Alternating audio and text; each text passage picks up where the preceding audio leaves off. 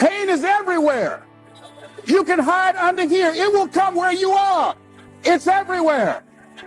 Viktor Frankl calls it unavoidable suffering. You can't duck it.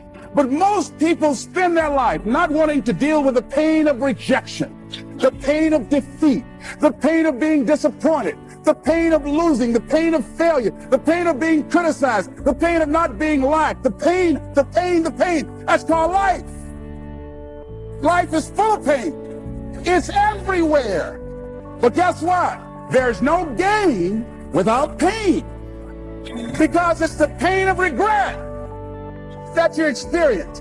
If I had it to do over again, that's a pain. Don't you know that's something? When you know, I was in a seminar once and this lady stood up. If I had my life to live over again, she talked about all of the things that she would do. And you can feel the pain of regret in her voice. The pain of regret. She still experienced pain. She was trying not to experience the pain of defeat, the pain of disappointment, the pain of loss, the pain of lack of support. And she still experienced pain. It was right there. We can't get around it. Most people are governed by their habits, their fears, and the opinions of others. A lot of people never try anything differently because they have been convinced by people in their lives that they value that they can't do it. They're living within the context of the opinions that other people have of them, the low expectations. Many people doubt themselves because when they thought about doing something at some critical point in their lives, somebody they respected and honored, somebody they believed in, somebody that they loved, someone they trusted said, you can't do that. And they accepted that. He says, courage isn't for somebody else, for medals, applause, or moral debts. Courage is what at that moment feels most right for you. Not just situational ethics, but what feels right in your heart, the word of the heart, what feels right in your heart. One great philosopher says, cowards die many times before their deaths. The valiant never taste of death but once. What does that mean? The valiant people aren't afraid? No. It means that they experience that fear and they move forward. They move forward anyhow. Many people are dead now. Many people are allowing their dreams to die. Many people are allowing the ideas to lie dormant and collect dust. Many people have all this talent and ability that they are allowing to be buried inside of them, that they will take with them to their graves because they didn't have the courage to be who they are. And I say, as you begin to look toward the future and manifesting your greatness, it's going to take everything in you, that your life deserves the concentrated effort to begin to look at how is it that I can express more of me? How is it that I can bring my ideas out here now? How is it? And start living with a sense of urgency, because you're here today, you're gone today. Life is unpredictable. It's uncertain. There are no guarantees. No guarantees out here at all. So holding back, what are you waiting on? Ask yourself, what's the benefit of your waiting? What's the benefit of your not living your dream?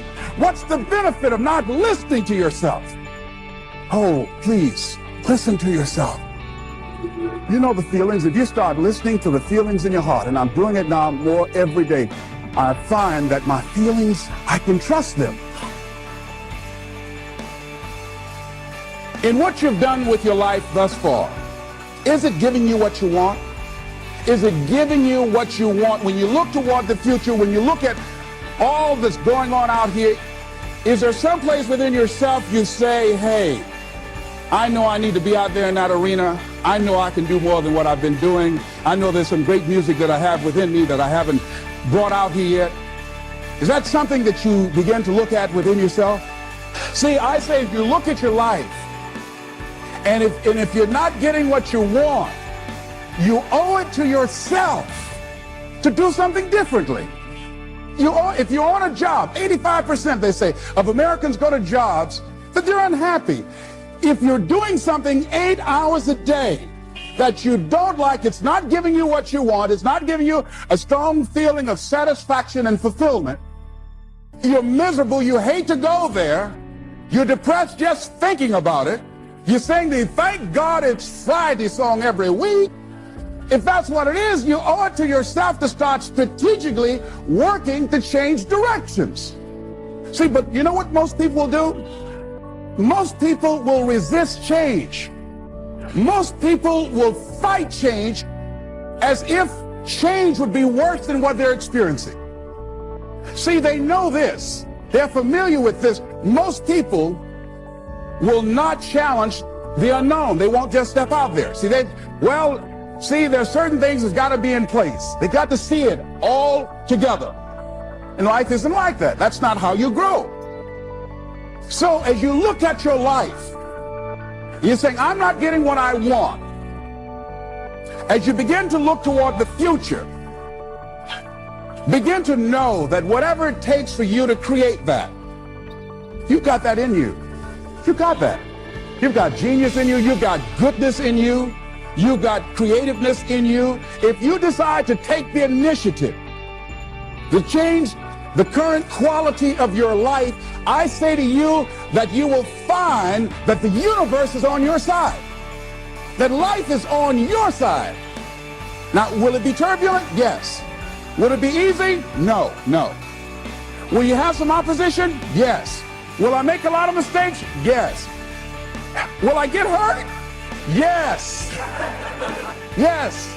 See, a lot of people won't try anything different in life because they don't want to get hurt. Let me tell you something. It's too much pain to duck. As you look at your life, ask yourself the question, what would your life be like? What would your life look like if you decided not to care what people thought of you? What would your life be like if you decided to give up some of your fears? What would your life be like if you decided to become courageous? What would your life be like? If you decided to act on your dream, if you did what you felt in your heart. You know what courageous means?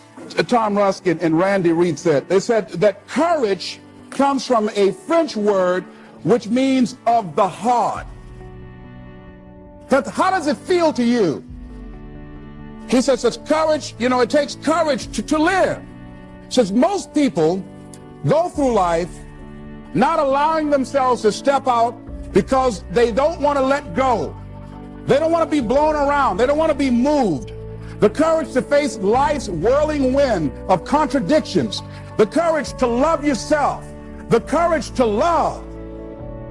For years, I was afraid to love. The courage to take a chance. The courage to be who you are.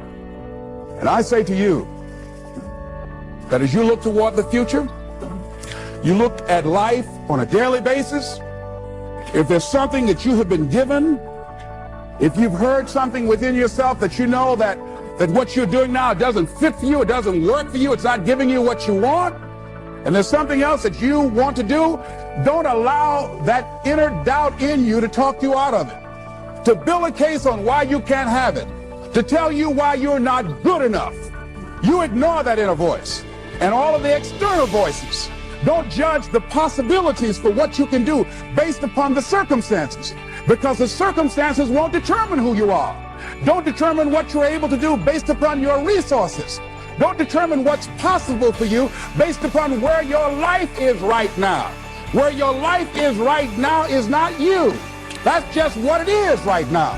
But the possibilities for you are unlimited. If you're in a rebuilding process, it's unlimited. If you're coming back from adversity and devastation, it's unlimited of what you can do.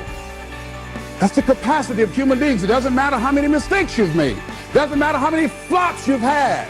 It doesn't matter how much money you've lost. In fact, I see it only as an investment of what you learn from life, not losses, but investments of what's possible for you.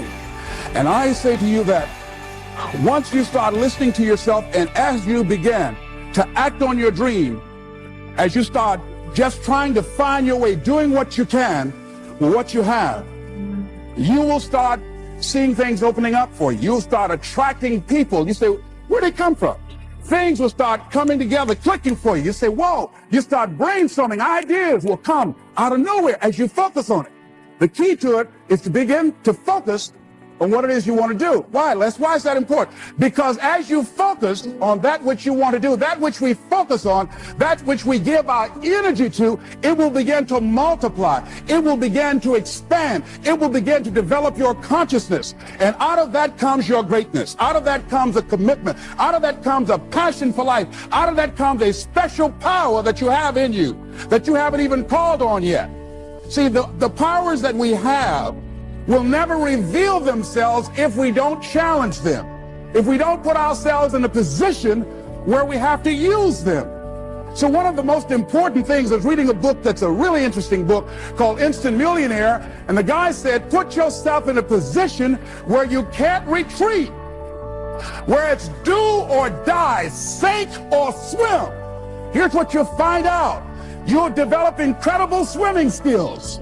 You'll find yourself stroking unlike you've ever seen before. Through the inspiration of desperation, you'll become more creative than ever before. So what is it? How do we handle that whole piece? Throw your whole self into it. See, most people go at it tentatively. They don't give all their stuff. They don't concentrate. They don't put everything they've got in. One guy wrote a book called All You Can Do Is All You Can Do. And all you can do is enough. But he said, make sure you do all you can do. And if we're honest this evening, we know that we haven't done all we can do. So as we look at the future, we can decide that from this day forward, as I look at my personal relationships, if I look at my professional relationships, if I look at my family relationships, if I look at all the dimensions of my life, looking at myself mentally, emotionally, and spiritually, I'm going to do all I can do to develop me, to bring my talent out here, to make a contribution to life,